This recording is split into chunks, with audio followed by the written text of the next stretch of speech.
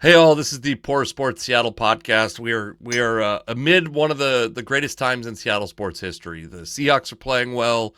The Huskies have Ohio State coming in. They just won the Apple Cup. And the Mariners earlier this week not only clinched a playoff spot, but last night they clinched the AL West, which I believe is something they have not done since 2001. I was 15 years old when I'm 39 years old. I was 15 years old the last time the Mariners won the AL West. Um, did I get tickets? Did I get tickets to the playoffs? No. Did I try? Yes. Did I fail? Yes. Was it my fault? Probably. I don't know. I'd like to blame the system. My preference would be to blame somebody but myself. But I haven't been in line on the internet to buy tickets to anything. I'm a boomer. I found out. So did not get them. Also, have not been offered by any friends. So my suspicion is that none of my friends got them, or maybe they aren't as close of friends as I thought they were. Um, yeah, I'm kind of a little boned in that regard. But I just cannot bring myself to buy secondary market tickets. So I will try to be on the pre-sale if it's available, or the sale if it's available, of ALCS tickets if they come around. Happy to pay. By the way, if you're out there and you can't go to whatever game you bought tickets to, and that game happens to be game 2, because I also made this life mistake. I married my wife, not a mistake. Love my wife very much. Great lady, love her. Still, we've been together almost 10 years. October 11th will be our 10th anniversary. We are going out of town for 3 days. Listen, when I got married in 2010, it did not seem like a major threat that the Mariners would be playing postseason games on my anniversary. Now we're at the 10th anniversary, very important anniversary, and I'm going to be out of town when the Mariners play the likely third home divisional series game. So I was trying to buy tickets to only game 2, couldn't get them. I was a little confused about the system. I fucked up. Not the fault of the Mariners or Ticketmaster, though I'm sure both have plenty of blame to be shared in many of these circumstances. Anyways, what I'd like to do today is I would like to talk about what I and to a degree Fangraphs are projecting as the Mariners 26-man roster going into the playoffs. And we'll talk briefly before we get to the song, we'll talk briefly about why the 26-man roster in the postseason is slightly different, and what the philosophies would be behind because the decisions are pretty easy to make at the top of the roster. But at the bottom of the roster, there's some philosophical differences that we would certainly need to talk about. So one of the differences between the postseason and the regular season is you have more days off in the playoffs. So your rotation drops by one guy.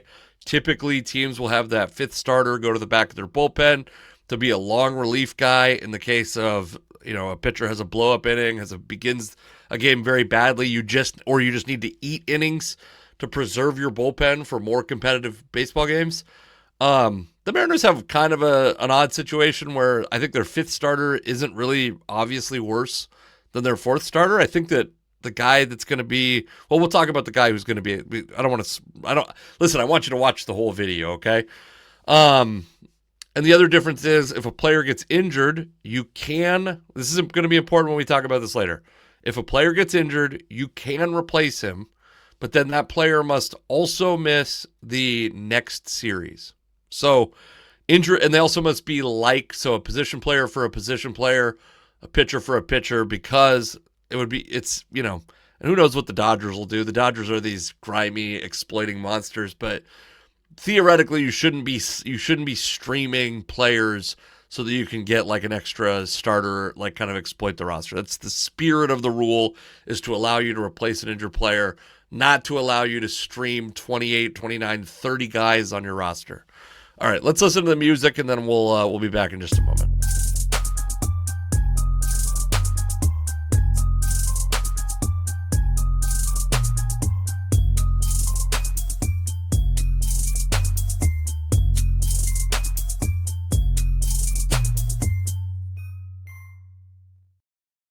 All right, so this is using the Fangraphs depth chart tool, which you can find, by the way, if you go to Fangraphs and you go to I believe it is roster resource, and then it'll show all the teams, and you click on where it says DC, or you can just search Google for Fangraphs depth chart Mariners.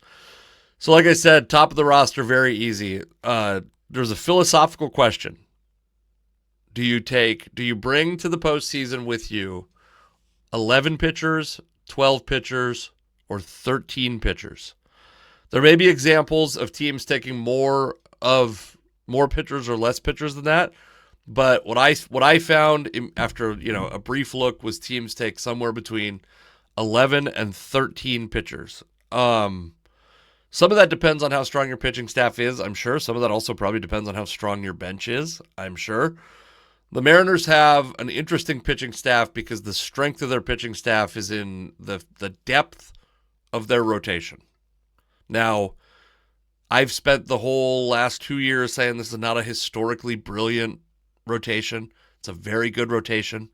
It's a very healthy rotation historically. There were points this year, by the way, where it seemed like that luck ran out.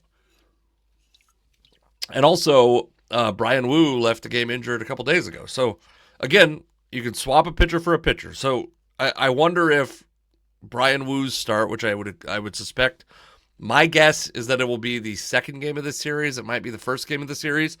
They will have Bryce Miller, who is, spoiler alert, who I think is going to be outside of the rotation. I think Bryce Miller is the obvious choice, and especially Luis Castillo had a very good game yesterday. Bryce Miller has struggled at points. He throws 98, but doesn't miss as many bats. He throws in the high 90s, but it's not like he misses that many bats. And especially this year when he's been injured for parts of the season, his numbers are down. His StatCast numbers are down. His traditional counting stat numbers are down. Bryce Miller's not having as good of a year as he has in the past. So I think he's the obvious choice to be the fifth starter who gets moved to the back of the bullpen. But I think on a day when you have Bryan Woo, who we don't know his injury status, the Mariners might, but if you're concerned at all, you'll have Bryce Miller ready to potentially step in. And so knowing that you have a potential liability in Bryan Woo, the other question at the bottom of the pitching staff becomes, do you have two long guys? Do you have a Logan Evans? Do you have an Emerson Hancock? Or do you try to put better leverage arms in that spot? But first, let's talk about the offense. Because if you keep 14 pitchers or 13 pitchers on a 26-man rotation, means you get 13 position players, which means 4 bench spots. I am inclined, if I am the Mariners, to keep 13 pitchers on the roster and go into the postseason with 4 bench spots. And the reason is, I think that the Mariners, so if we look at this lineup that's on the Fangraphs depth chart thing, I think this is the pretty obvious lineup. Arozarena leading off, Cal Raleigh batting second, playing catcher, obviously. Julio Rodriguez batting third, playing center field. Josh Naylor batting fourth, playing first base. Jorge Polanco playing second base. Something, if you've not been paying attention, Jorge Polanco has been playing second base. Cole Young's been getting less playing time. Eugenio Suarez, third base, batting sixth. DH, Dominic Canzone batting seventh. Right fielder, Victor Robles batting eighth. J.P. Crawford, shortstop, batting ninth. Now, could I make an argument that I think, as they're presently playing and as they've played in the past several weeks, that perhaps J.P. Crawford is once again a better option to lead off? Maybe, but I wouldn't fight it too hard. I think Randy Arozarena is entrenched in that spot. The top of the lineup's been very good. I don't think there's some superstition or some like secret code the Mariners unlocked that by putting Cal Raleigh second and Randy Arozarena at leadoff and Julio behind him that it somehow unlocked all these guys. I don't believe in that kind of stuff, but I do think like there's no harm. Just get your best hitters the most at-bats they can, and that's kind of what the Mariners lineup is set up to do, with the exception of I do think J.P. Crawford is underappreciated if this is a reflection of that. So lineup set, no questions. Now, where there's I think some deviation is if Polanco DHs which he probably would do. This is against right-handed pitching according to Fangraphs. If Polanco DHs, which he might do against lefties, because then you run into this problem. Well, Canzone probably shouldn't be in the lineup, and you probably got to replace either. You're probably putting Leo Rivas in the lineup, and so this means that basically your second base options are Jorge Polanco against right-handed pitchers and Dominic Canzone DHing, or Polanco DHing / playing second base and Rivas taking his place. Because as this sits, I think Mitch Garver makes the roster. I think Harry Ford is the odd man out. And here's what I'll say. I would have loved it if the Mariners brought Harry Ford up and they built a bunch of confidence and he made sense to keep on the roster. But he's gotten 5 innings behind the plate. He's got 6 plate appearances. He has not been given an opportunity to prove anything.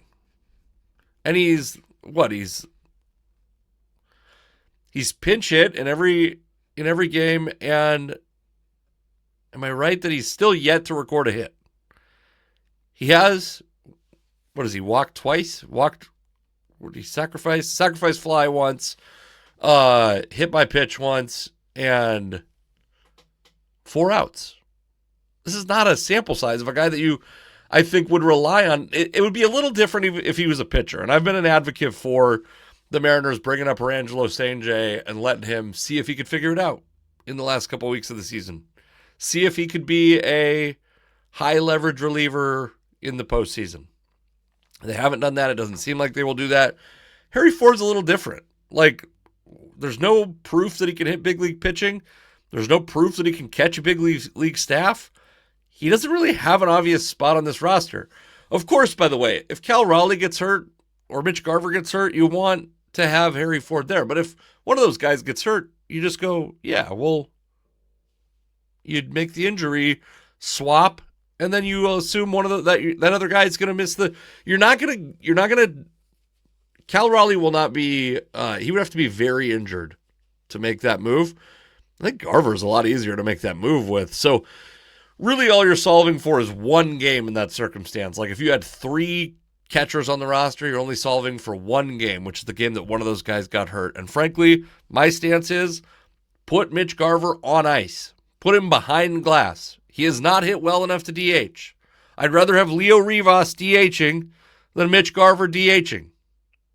Mitch Garver is there specific. Mitch Garver should only get time in this postseason if the Mariners go way ahead in a game and they get an opportunity to sit Cal Raleigh or Cal Raleigh gets hurt. Otherwise, Cal should be playing against both handedness guys. Give him every plate appearance that he can at catcher. So let's talk about the pitching staff, because I think this is where you start to get. I think there's a little more question. The only real question on the offense is, do you keep Harry Ford? Do you keep both Cole Young and Leo Rivas? And I think you definitely do one of those things.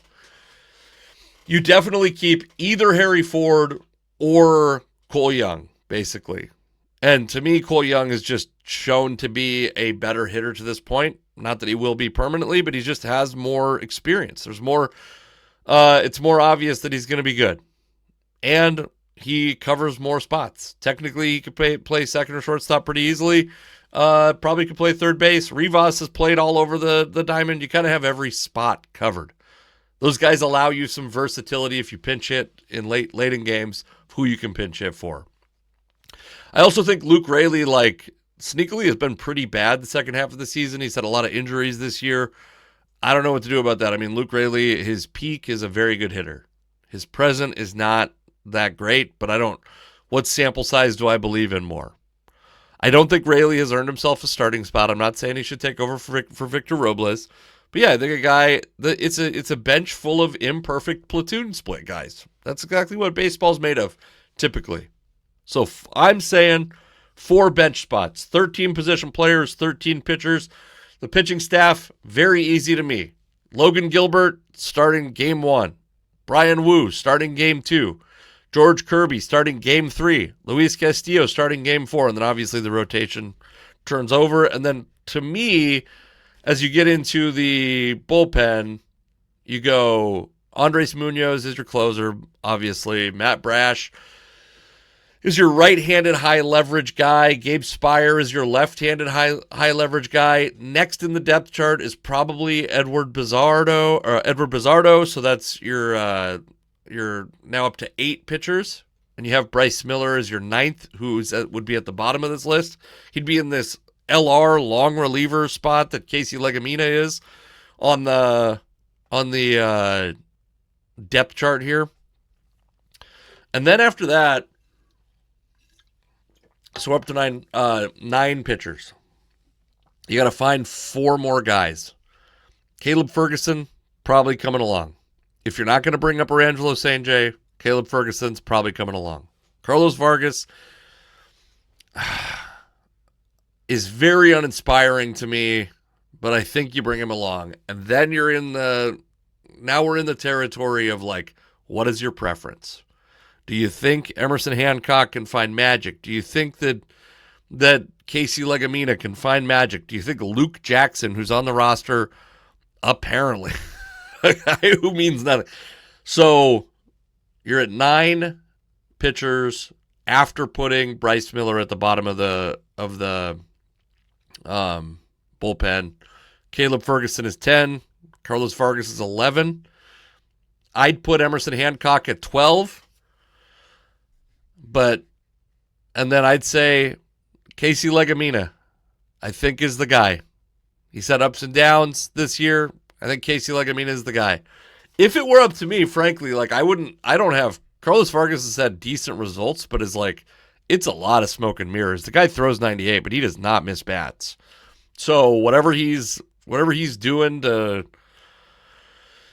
whatever spot he may have earned, it's all on results, not on process, is what I would say.